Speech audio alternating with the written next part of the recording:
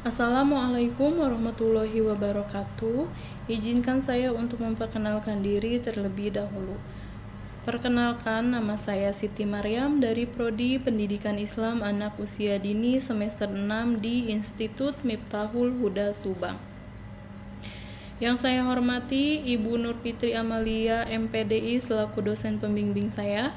Yang saya hormati Bapak Alam Tarlam SUD MAG selaku Kaprodi Pendidikan Islam Anak Usia Dini. Terima kasih sudah berkenan hadir. Saya akan mempresentasikan rencana skripsi saya yang berjudul Penerapan Metode Storytelling untuk Meningkatkan Kemampuan Mendengar pada Anak Usia Dini. Baik, di dalam proposal skripsi saya itu ada 10 poin. Poin yang pertama yaitu latar belakang, poin yang kedua adalah rumusan masalah, poin yang ketiga tujuan penelitian, poin yang keempat metode penelitian, poin yang kelima kerangka pemikiran, poin yang keenam alur kerangka pemikiran, poin yang ketujuh metodologi penelitian, poin yang kedelapan teknik dan analisis data, poin yang kesembilan hasil penelitian, dan poin yang ke-10 adalah penutup. Nah, dari ke-10 poin itu saya akan menjelaskan terlebih dahulu mengenai latar belakangnya. Bahasa berperan penting bagi perkembangan kognitif, sosial, dan emosional anak usia dini. Kemampuan menyimak seringkali diabaikan pada pendidikan anak usia dini. Storytelling menarik perhatian, membangun imajinasi, dan meningkatkan kemampuan mendengar pada anak usia dini. Observasi di TK Arapa menunjukkan rendahnya fokus anak saat mendengar cerita. Dibutuhkan metode pembelajaran yang menarik dan sesuai dengan karakteristik anak usia dini. Baik, rumusan masalahnya yaitu ada 3 poin. Poin yang pertama, bagaimana penerapan metode storytelling di TK Arapa. Yang kedua, bagaimana kemampuan mendengar anak sebelum dan sesudah diterapkannya metode storytelling.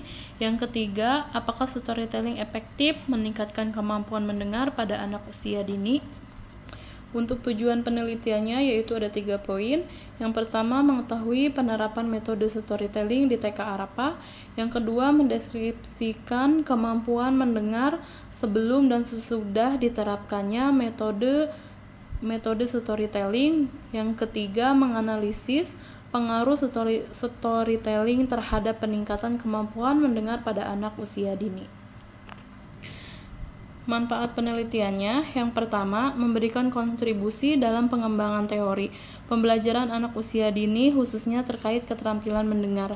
Yang kedua, menjadi alternatif strategi pembelajaran yang menarik dan menyenangkan serta efektif untuk meningkatkan kemampuan menyimak anak. Dengan diadakannya metode storytelling dan didasari dengan buku cerita bergambar, anak-anak akan menunjukkan rasa ingin tahu yang tinggi dan dia akan memfokuskan dirinya untuk mendengarkan apa isi cerita dalam buku tersebut. Yang ketiga, meningkatkan kesadaran orang tua dan masyarakat akan pentingnya keterampilan mendengar bagi anak usia dini sebagai dasar komunikasi yang baik untuk kedepannya dan dapat menjadikan bekal untuk mereka di masa yang akan datang. Kerangka pemikirannya dibagi menjadi 2 poin. Poin yang pertama, kemampuan menyimak sangat baik diterapkan pada anak usia dini untuk dasar perkembangan bahasa anak. Yang kedua, storytelling metode yang tepat digunakan untuk pembelajaran sesuai karakter anak usia dini. Dengan diadakannya metode storytelling ini, karakter anak akan terlihat atau akan muncul dengan sendirinya. Apakah si anak itu bisa fokus atau masih belum fokus? Apakah si anak itu bisa menyimak atau belum bisa menyimak? Hasil penelitian menurut Dahlia et al. 2021, storytelling plus musik meningkatkan fokus pada anak usia dini.